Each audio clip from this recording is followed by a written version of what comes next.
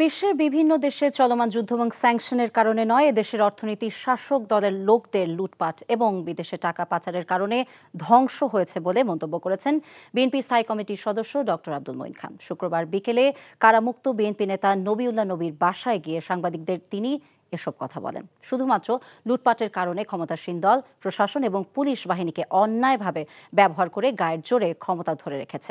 ক্ষমতা হারালে অন্যায়, অপকর্ম এবং লুটপাটের কারণে বিচারের মুখোমুখি হবার ভয়ে বিরোধী দলের উপর জুলুম নির্যাতন এবং গ্রেফতার করে গত ৭ জানুয়ারি পরিকল্পনা অনুযায়ী পাতানো নির্বাচন করেছে বলে অভিযোগ করেন তিনি। এছাড়া যুক্তরাষ্ট্র সহ পশ্চিমা বিশ্ব এখনও এদেশে গণতন্ত্র, ভোটাধিকার এবং সুষ্ঠু নির্বাচনের পক্ষে রয়েছে বলে দাবি করেন মঈন খান।